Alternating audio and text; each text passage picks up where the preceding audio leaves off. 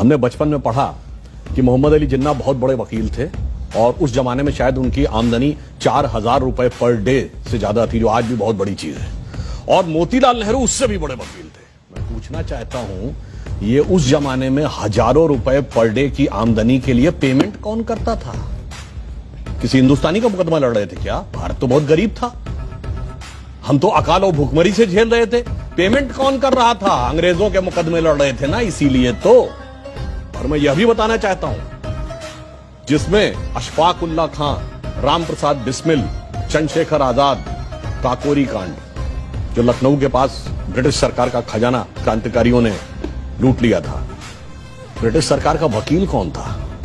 JN मुल्ला, जगत नारायण मुल्ला, कांग्रेस के नेता खड़े थे ब्रिटिश सरकार की तरफ से कि इनको फीस कौन दे रहा था? उनको सरकारी वकील थे ना, तो सरकार से ही तो फीस ले रहे होंगे। अब मैं एक दो फैक्चुअल बात कहता हूं, वो तो विषय अभी सावरकर जी का माहुरकर जी बताएंगे।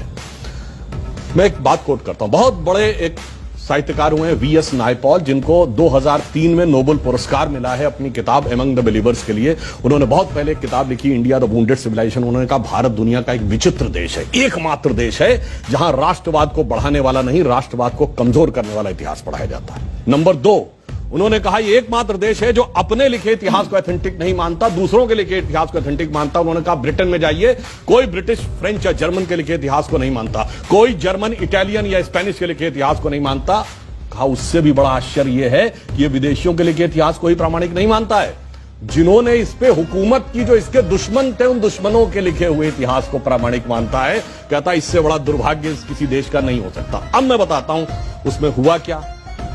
एक और उदाहरण बता रहा हूं। सारे एक सवाल ये है, क्या सिलेक्टिवली भारतीय हीरो को दबाया गया? हाँ, मैं उसके 2 उदाहरण फैक्ट बता रहा हूं। मैं दर्शकों से कह रहा हूं, जाइए चेक करिए। एक KGB के जासूस था जिसका नाम था यूरी बेजनेव, जो भारत में पत्रकार बनकर 70 के दशक में रहता था। उसके संस्मरण पढ़िए। उसने लिखा, हमें एजेंडा दिया गया था कि भारत की संस्कृति को कैसे तबाह करना है और उसके लिए हम क्या क्या कर रहे थे।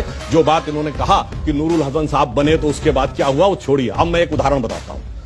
महमूद गजनी ने सोमनाथ का मंदिर तोड़ा। जवाहरलाल नेहरू ने डिस्कवरी ऑफ इंडिया में पेज नंबर 235 पे यह लिखा कि वो तो एक योद्धा था, उसका धर्म से कोई लेना देना नहीं था, उसने जो लूटपाट की है वो अपने किंगडम को इनरिच करने के लिए की है। जबकि हकीकत यह है कि खुद महमूद गजनवी के साथ आए हुए उसके राइटर उतबी उसने अपनी किताब तारीकुल यामनी में लिखा है कि जब उसने मंदिर पे कब्जा कर लिया और उसके पास राजा और पुजारी पहुंचे कि ये शिवलिंग मत तोड़िए, इसके लिए हम 1 करोड़ स्वर्ण मुद्राएं देने को तैयार हैं, और उसके सलाहकार गए तो जानते क्या जवाब दिया महमूद गजनी ने?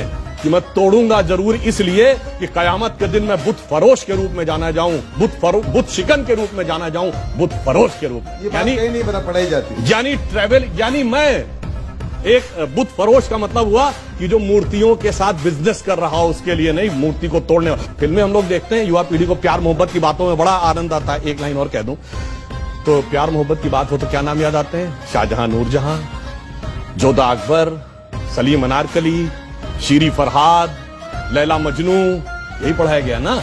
जबकि एक मुगल बादशाह बताइए जिसकी 1 दर्जन से कम ऑफिशियल बीवियां रही हैं, और एक भी बादशाह बताइए ऐसा कैसा प्यार था तो 10-10 मगर एक स्त्री के प्रति समर्पित निष्ठावान प्रेम का प्रतीक 3 पीढ़ियों से हमारे दिमाग में ऐसे भर दिया गया कि बच्चे से पूछिए तो उसे यही याद आता है। इसे कहते हैं एजेंडा। और एजेंडा सिर्फ एक तरफ नहीं था। इंडिया गेट के सर्किल पे घूम जाइए, बाबर रोड, हुमायूं रोड, अकबर, वो सब तो अलग है। आपको मानसिंह रोड भी मिल जाएगी, मगर राणा प्रताप रोड नहीं मिलेगी।